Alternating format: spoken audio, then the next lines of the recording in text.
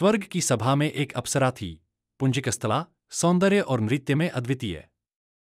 उसकी पायल की झंकार से देवता भी मुग्ध हो जाते। एक दिन अपनी चंचलता में वह नाचती गाती एक तपस्वी ऋषि के आश्रम के पास पहुंची। वहां एक शांत ऋषि ध्यानमग्न थे, उनकी समाधि टूटी, नेत्र खुले और उनकी दृष्टि में जल उठा क्रोध का अग्निज्वाला। उन्होंने कहा, हे अप्सरा, तुमने मेरी तपस्या भंग की है। अब मैं तुम्हें वानरी रूप का श्राप देता हूं। पुंजिकस्थला कांप गई, उसने हाथ जोड़कर क्षमा मांगी।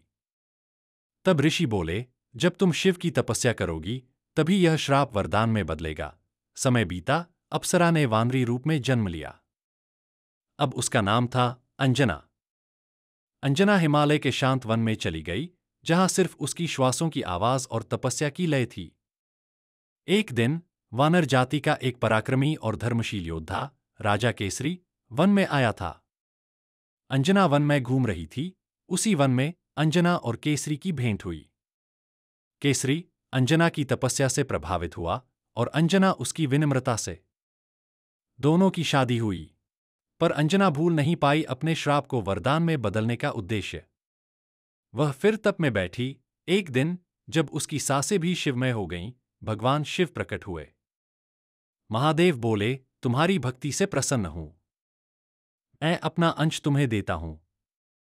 तेरा पुत्र मेरी शक्ति का विस्तार होगा। उधर अयोध्या में राजा दशरथ ने संतान प्राप्ति के लिए पुत्रकामेष्टि यज्ञ कर रहे थे।